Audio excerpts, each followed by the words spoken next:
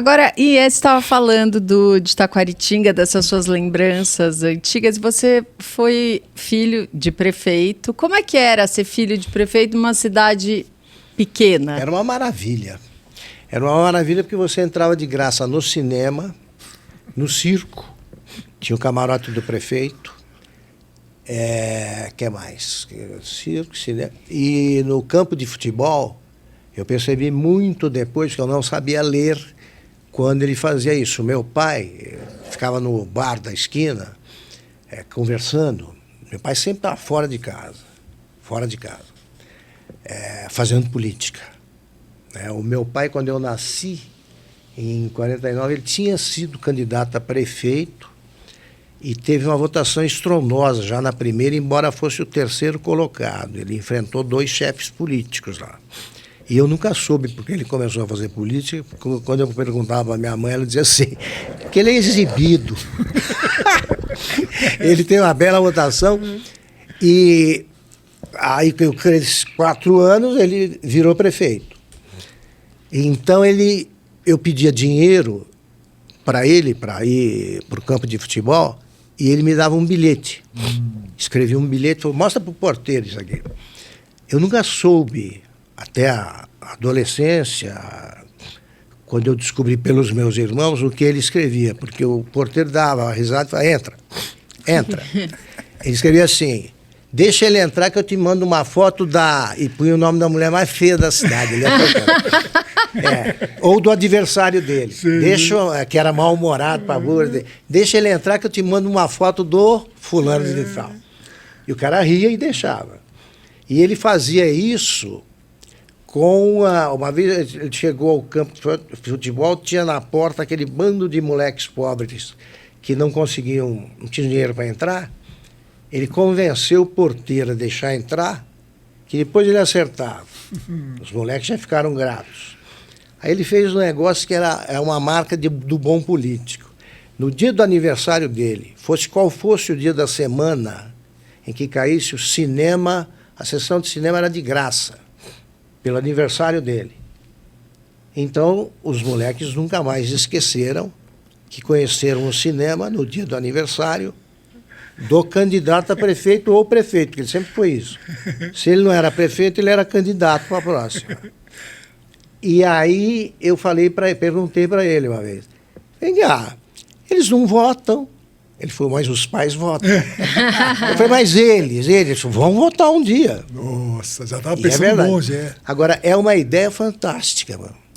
Fantástica. Você quer marcar na memória das crianças aí quem você associa a uma coisa boa. É como você fazer uma grande obra quando se administra. Por que ele quis ser prefeito? Porque ele dizia que era o melhor negócio do mundo ser prefeito, por vaidade também, porque ele fazia coisas e ele tinha pena de pobre. Meu pai era votado pelo bairro pobre, ele era eleito pela Vila São Sebastião, que era a única vila da cidade, porque a classe média não votava nele. O Clube Imperial, que era o único da cidade que nós frequentávamos, ele perdia no Clube Imperial, e a minha mãe, que era professora do Grupo Escolar Domingos da Silva, passou a vida conversando numa boa com mulheres de adversários. A classe média não votava nele. Nas eleições, você sabia, pela localização da urna, qual era o perfil do eleitor. Então, por exemplo, num determinado grupo escolar votava a classe média, a média mesmo. Ele saía perdendo. Quando começava a votação na vila, era um negócio que parecia fraude. 380 a 20. Por quê? Ele nunca deixou de sorrir para um pobre. Ele era um homem de bem com a vida. Eu sempre vi meu pai chorar 2 vezes. Na morte do Getúlio e no dia em que um caminhão pau de arara quebrou perto de Taquaritinga e estava uma situação de miséria de livro sobre antes da Revolução Industrial da Inglaterra, né? Pobreza total do Dickens, por exemplo. Ali é para chorar mesmo. Era para chorar. Ele foi ver e viu muita criança sem comer, mulheres sem comer, gente chorando e tal. Aí ele chorava e dizia, não é possível que o Brasil não tenha comida para essa gente.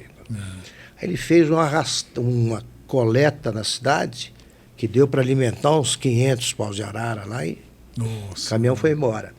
Vi nesse dia e vi ele chorando na morte do Getúlio.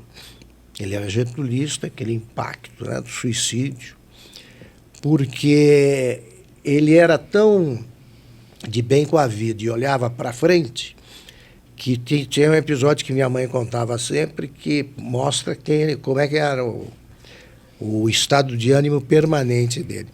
Ele chegou em casa 2 dias depois da morte do pai dele, que ele adorava, e estava minha mãe chorando. Ele falou, o que foi? O que foi? Assustado com a minha mãe, não lembrou que ela estava chorando pelo sogro.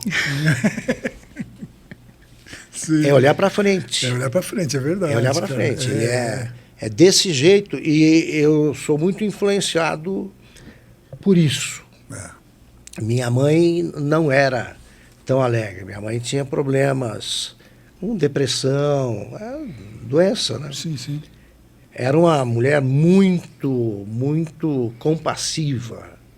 Minha mãe tinha compaixão, porque também é filha de imigrante, né?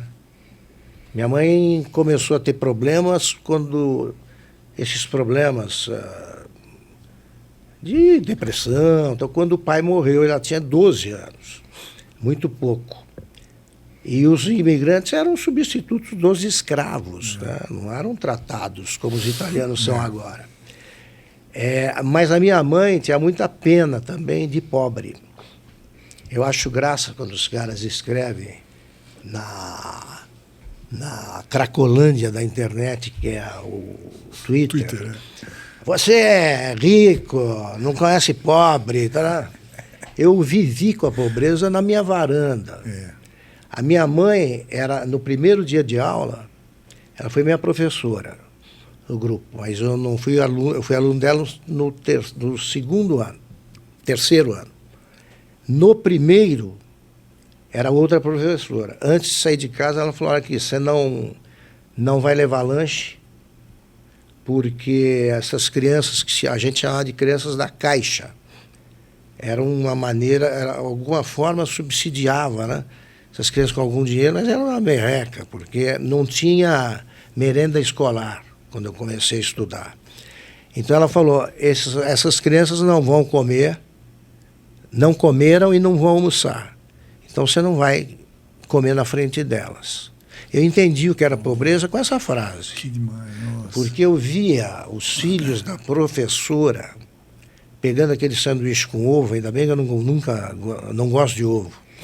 Bom, sanduíche de ovo comendo, aquele olhar comprido dos moleques que chegavam, era o que mais atormentava a minha mãe, chegavam descalços. Ela falava ela dizia que a invenção mais democrática que ela conheceu foi a sandália havaiana, que separou a sola do pé do solo de terra. Ela falou, não tem nada mais humilhante. E aí eu vi 2 perdidos de uma noite suja. Essa, né? Que o cara fala todo o tempo, 2 presos numa cela e um fala, se eu tivesse esse pisante aí, ele estava com um sapato escangalhado. E o outro com um sapato novinho. Então ela falava, ficar com a sola do pé na terra, é muito bom para quem está brincando. Eles não brincam, eles só pisam, isso aí vão trabalhar. Então eu aprendi como é que era. E ela nunca levou lanche para a gente com o ginásio que ficava ao lado da minha casa. As mães iam para passar o lanche pelo muro da minha casa. E minha mãe nunca fez isso. Então é um negócio que te marca como... Você aprende que o Brasil é um país miserável e injusto com gestos. E era assim.